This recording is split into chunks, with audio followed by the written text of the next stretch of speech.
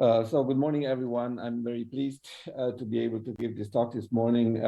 As some of you will know, I've spent 4 years in Turku. It's a wonderful place, and I wish I could have been there as well this morning, but circumstances did not allow it.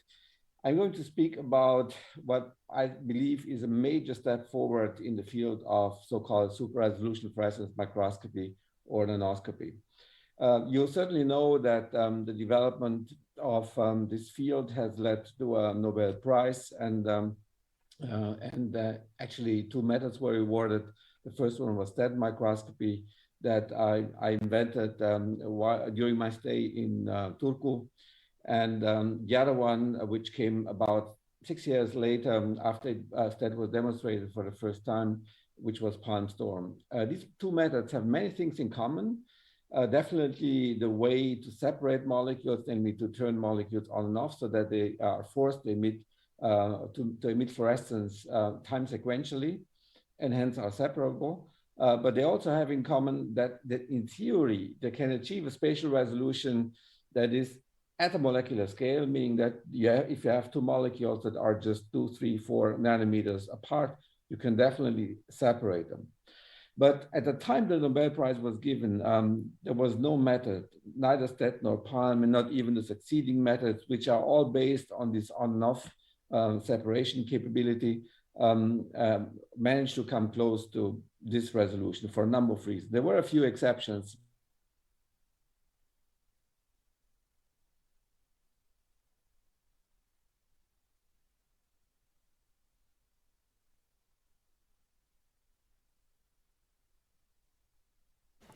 Okay.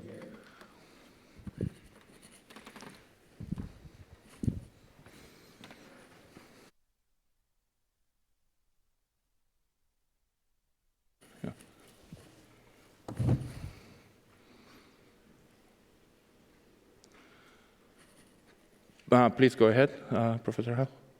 Now we can hear you and we can see you. Okay, wonderful. Sorry about this. So to cut a long story short, so the goal in my lab has been to really attain a spatial resolution that is truly at the molecular scale. Now, definitely the key to separating molecules so far has always been, no matter what method, stent, palm, storm, resolve paint, whatever, to separate by discriminating fluorophores through an on-off transition. So while this is on, the other one has to be off, and vice versa.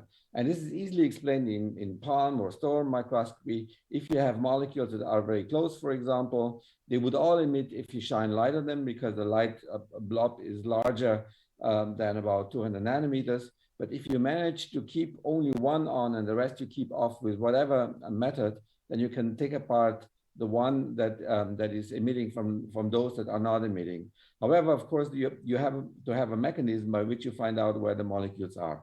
Now, in palm storm, this was typically done by, as I will explain in a second, by imaging the molecule onto a camera, and the localization precision that you could typically get in those cases has a sigma of the order of 10 nanometers and larger. So in such a case where you have molecules just say 10, 11, 12 nanometers apart, it was clear that the localization precision was insufficient.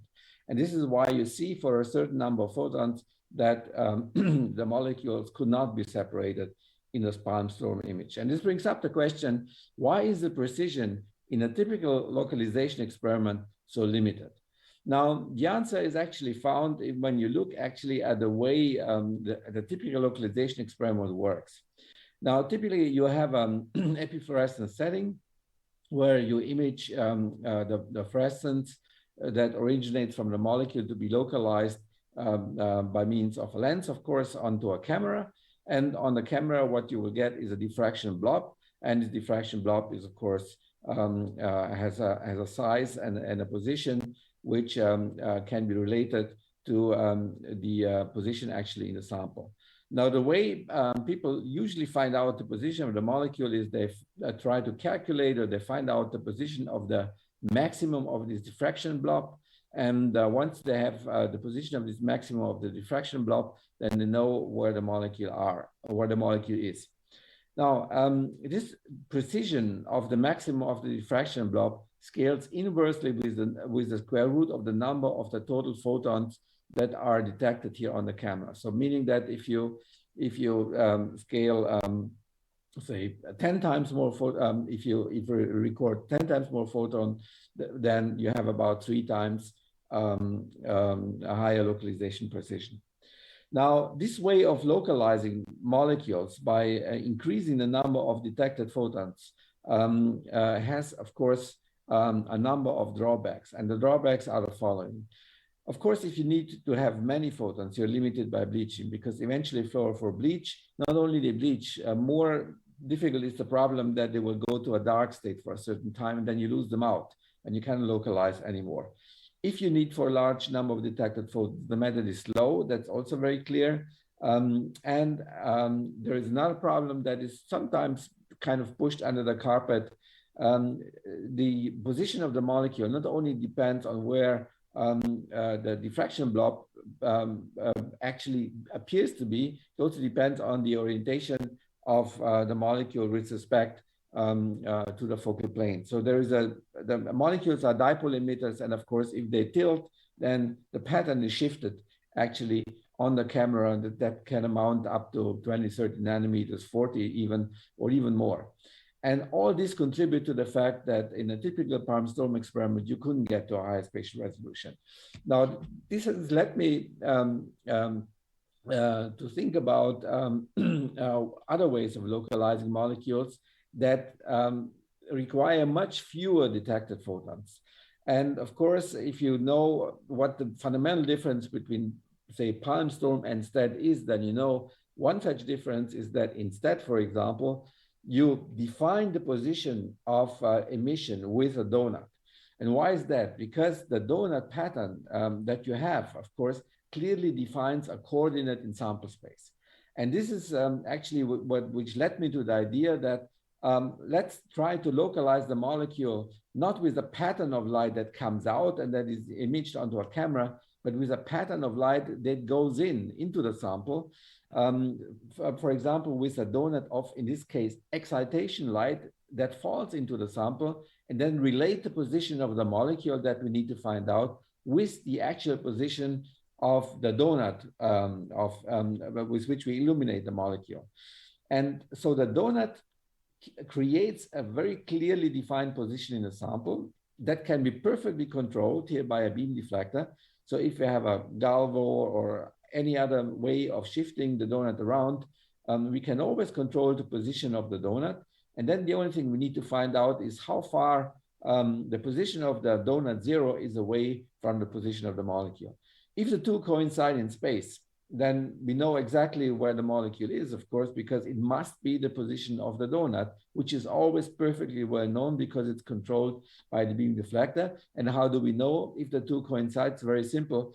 If they coincide, then there is no excitation light. So remember, green light is excitation light.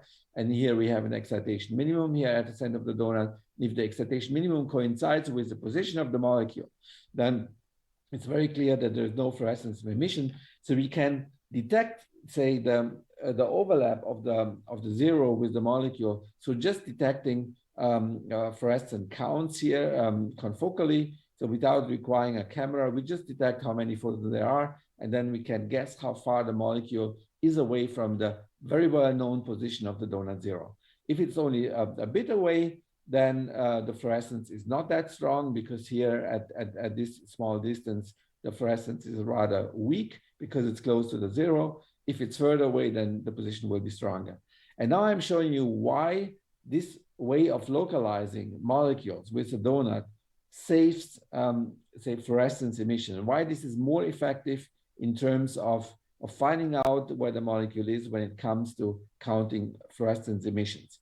And it's very simple. In order to explain this vividly, I introduced a little demon.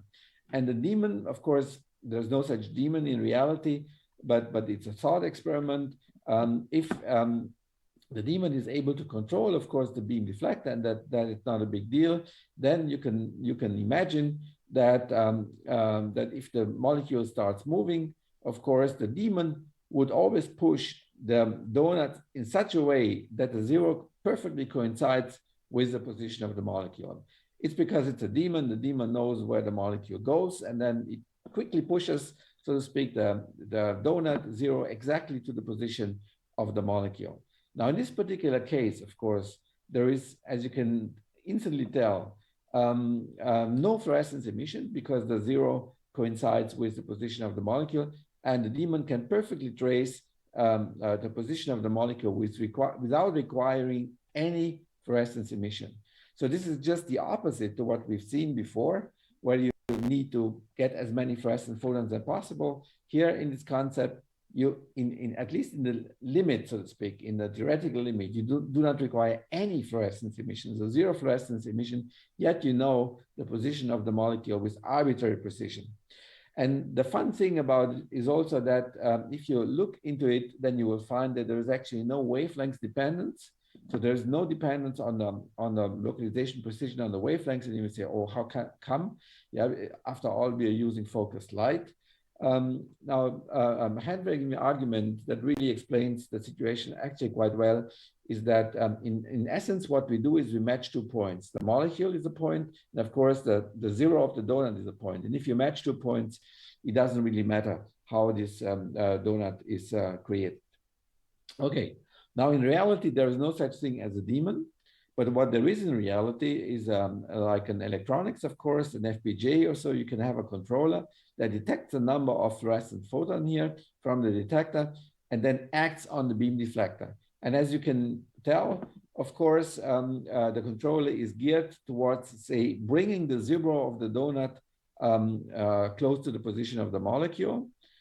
And in that case, of course, you still need photons to be detected, very clear, because you need to know where the molecule goes. But you require much fewer photons than in a normal localization process, because the only thing you need to do is you need photons to find out what the distance is between the molecule and the actual position of the donut.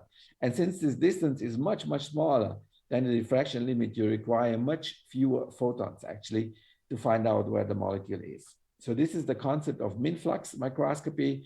We do not detect the position of the molecule with a pattern that is made up of fluorescence light that comes from the molecule, but we use a pattern of illumination light that comes from the laser to find out where the molecule is, and then use the fluorescence light only for making the small, say, corrections of the actual position that we guess through actually the predefined position of the donut.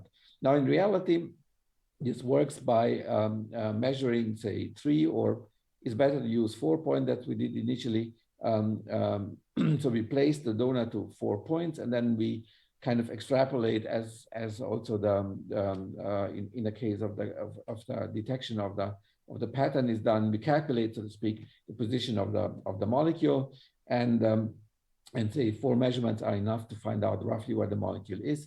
But the good thing is that the precision now scales not only inversely with the number of detected photons, which is something that was also the case in normal localization, but it scales also with the region in which we expect the molecule to be. And that's very nice, because if we have determined roughly where the molecule could be through a first measurement, we can easily refine the measurement by scaling down L. As you can see, if we scale down L, yeah, then of course the precision goes up. And this is a very important handle, because the precision scales linearly now with L and not with the square root, as is the case with the number of photons. And a linear dependence is always very nice, because you can just scale it down by a factor of 10, and then you will be 10 times more precise. But here a factor of 10 would only give you roughly a factor of 3 and something. Okay. Now, as a rule of thumb, you can save about 20 to 100 number of detections per localization in reality, okay?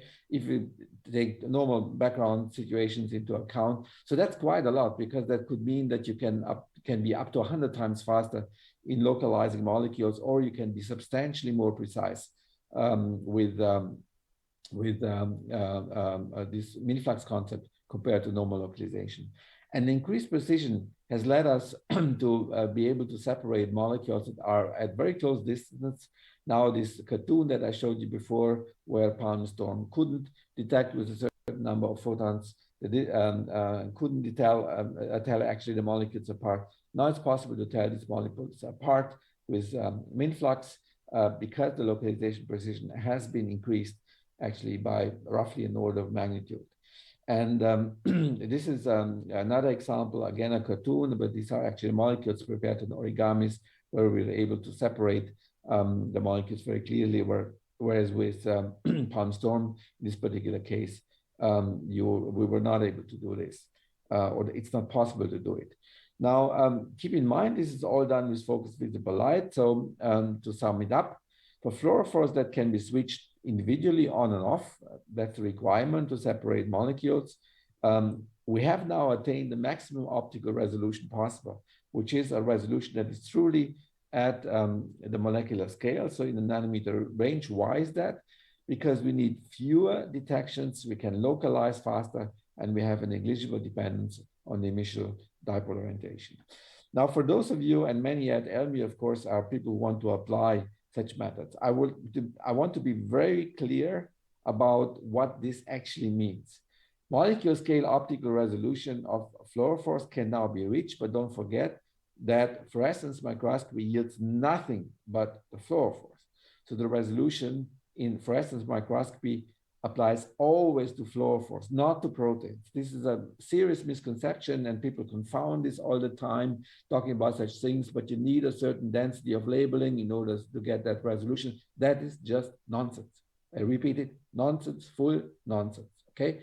The only thing that matters in fluorescence microscopy, of course, is that you see the fluorophores, and the resolution applies only to fluorophores.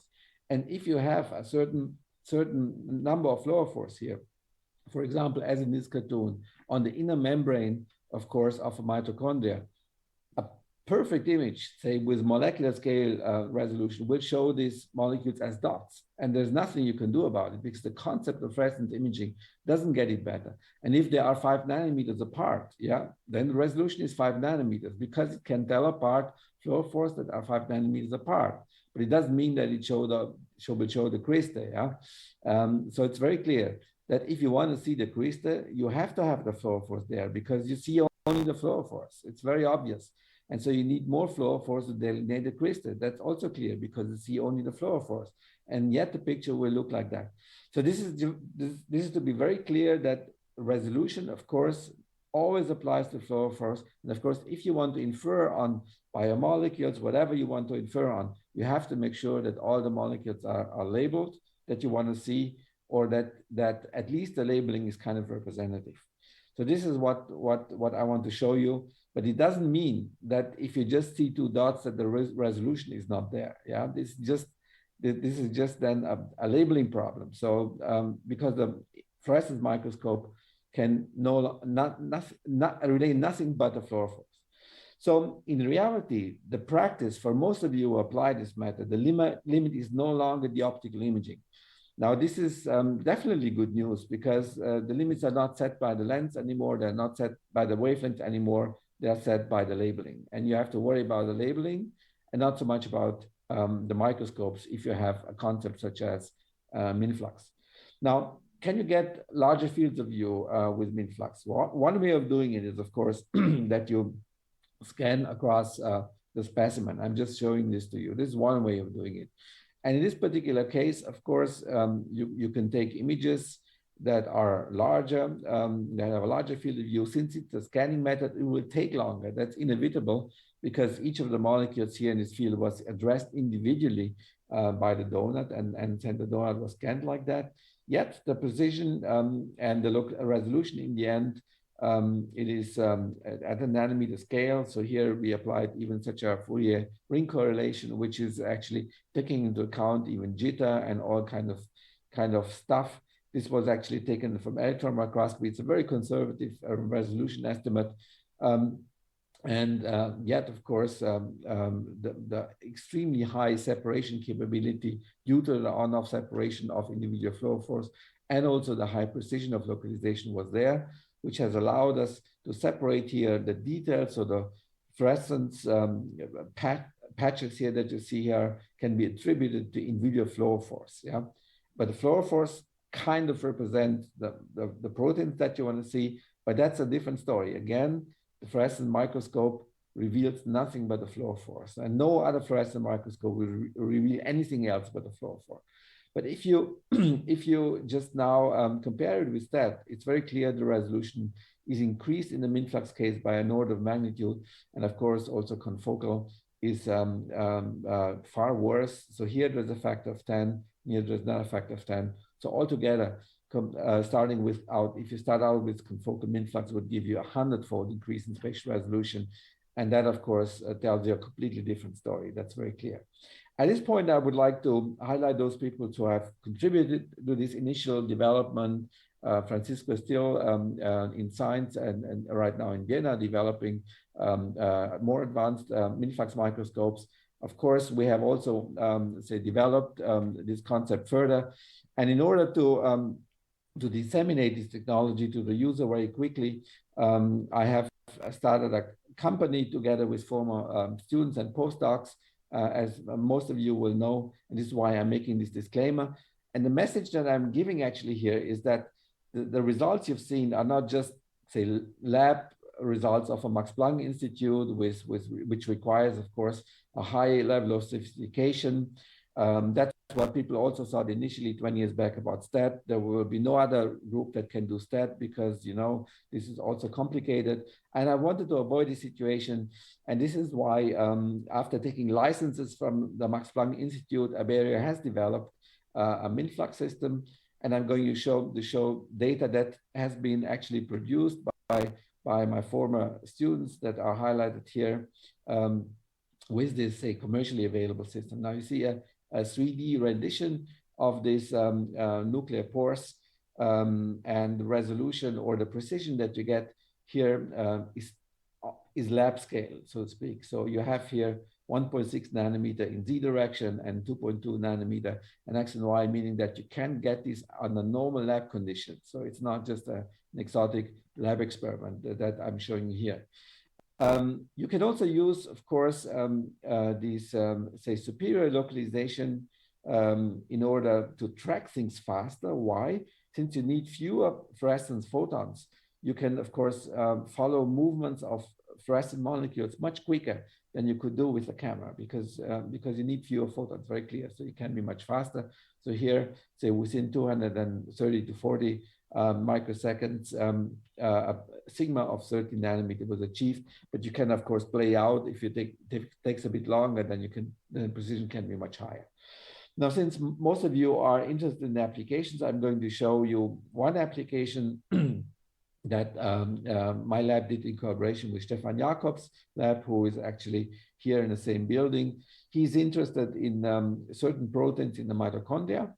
And in order to address a certain question, he needed a very high spatial resolution. And the question was whether these proteins called MIC60, MIC19, and MIC10 are colocalizing or not within a blob, of course, or within a small space that is only 20 nanometers roughly in diameter. And if you want to find out the colocalization within a very small scale, then you need a high spatial resolution, something of a precision of say 3 nanometers or so. And that's what we had. And actually by applying 3D MINFLUX actually to this method, we could, and also in 2D, we could colocalize, of course, the molecules very clearly. So the study showed that MIC19 and MIC60 are colocalizing, whereas the other proteins are not. Can you get other sort of areas of application? This is something that was done by Elisa Deste at Heidelberg, again using a commercial system, and it shows PSD95. That's a postsynaptic protein in neuron, again in 3D. With a very high spatial resolution, you see these clusters of proteins actually at the synapse. Again, the localization precision here is clearly at the nanometer scale, and as a result, you get these very, very high representations. So Elisa also works on a beta-2 spectrin and actin patterns in axons. And again, this is a 3D rendition of this periodic arrangement of beta-2 spectrin. Axon is very similar, again done with 3D MINFLUX using commercial systems, so not say, high-end sophisticated lab stuff, but high-end sophisticated available stuff. And that's the good news, so to speak, that this can be done in reality and can be used by a biologist like Elisa and doesn't require a physics PhD to do. There's an important aspect to this. So initially we used Alexa 647 to demonstrate MINFLUX, but Alexa 647 is actually not the right dye for doing MINFLUX, because Alexa 647 is a storm dye. It was used to maximize the number of fluorescence emissions. Of course, you want to have as many fluorescence emissions in storm to get high localization precision. But that's not what you need in MINFLUX. And also Alexa 647 that goes on and off, and you don't want to have that in MINFLUX. But we used that initially simply because we didn't want to do two experiments at the same time. We want to work with a dye that is very well characterized, and that's why we resorted to Alexa 647. But it's clear that in order to take full advantage of the MINFLUX concept, other dyes will be needed, and other dyes will be much, much better. And this is why in my labs, say very skilled chemists like Richard Lincoln, Alexei Butkevich, with the help of Mariano, they design new dyes that will become available shortly, that are actually better suitable for MINFLUX because they have a better on-off contrast ratio, and they do not have the problems of Alexa 647 requiring buffers and all this kind of stuff. And this is just to show you that there is stuff coming up. This is a paper that is actually in press, and this is just the beginning. There will be more dyes that come up that will allow you to do MINFLUX in a much better way than you could do with Alexa 647. So what about STED? I would like to show you some of the latest development that are relating to STED. And of course, STED was the first method that overcame the diffraction barrier. And you know that the hallmark of STED is to have a donut that turns molecules off so that you see only molecules that are in the center of the donut. So this would be the center of the donut. And here there would be no fluorescence because it's turned off by the donut. Now the donut, of course, as I mentioned initially, kind of produces a coordinate reference in the sample plane. So as in MINFLUX, because MINFLUX also uses a donut. Now, this can also be used to create a MINFLUX-like situation with STED, but not in the way you might think. A way of doing a very MINFLUX similar situation is to kind of make this say, effective region of emission circulate like a donut, because this donut cannot be used the way we used it before because it turns molecules off. But in MINFLUX, we need the molecules to emit, of course, to make a donut situation which produces emission. And so one way of doing it is to take this region where fluorescence is allowed to emit and to circulate it like a donut and try, of course, to kind of engulf the position of the molecule. So the molecule gets now encirculated by the donut. And then, as you can tell, once we have caught the molecule like this, then we know where the molecule is. So we artificially create a donut situation. And now what you will also notice is that this region here becomes sharper and sharper and sharper. You see the Fourier maximum here. Initially, it's large. And then once we have encirculated the molecule, it's becoming sharper and sharper. Now, the circulating region emulates an excitation donut, but the advantage of STED in this particular case, the reason why the use of a STED beam is so advantageous is that it keeps the background low, and say the limits that are set in MINFLUX are actually set by the background. So, and this has allowed us, and this is, so to speak, latest data from my lab, to get very high precision. Actually, we used a little trick. We shifted the STED beam towards the emission maximum of the dye. That can be done very easily if you use only a single fluorophore that is active, and it is done in this MINSTED case. So we turn only one molecule on, and then we localize this molecule with the circulating excitation and donut beam arrangement. And now you can see that we get very high localization precision. We actually get with, say, 400 counts, detected counts into the 1 nanometer range. Imagine 400 photons are enough to get a sigma of 1 nanometer. And if you have more than 400 counts, yeah, if you go to about 800 counts, 900 counts, you are well, say, in the Youngstrom regime.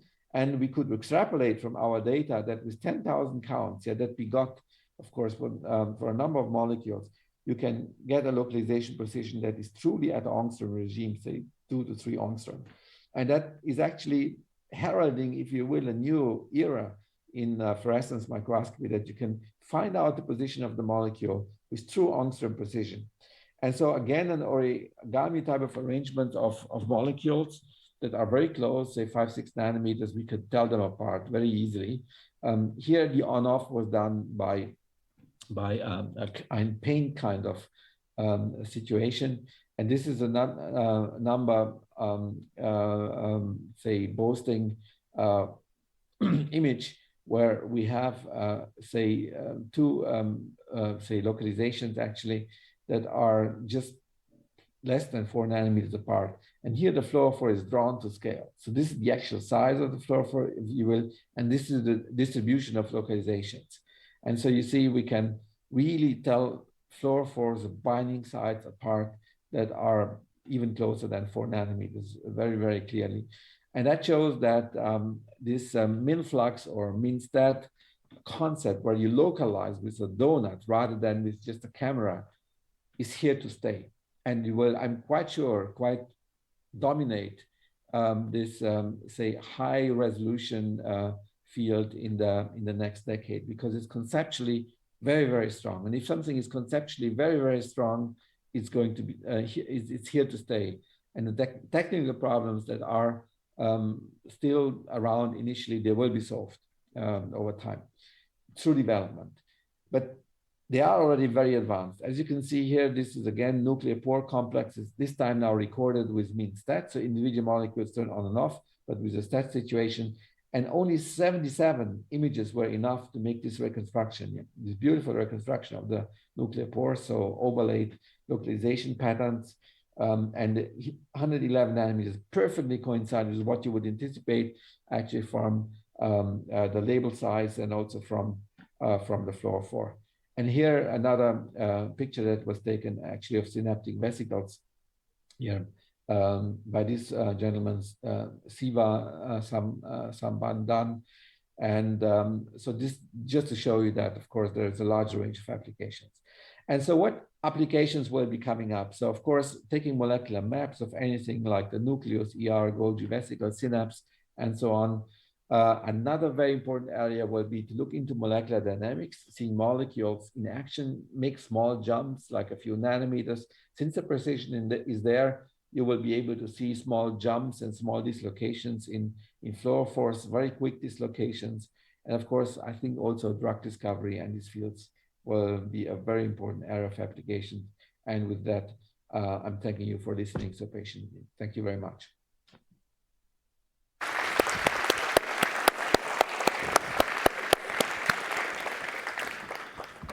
Thank you, Professor Hell. In order to keep with time, I will allow one quick question if there's, or if not, we will just proceed. Again, sorry for the problems with the technical aspects. Is there any pressing questions?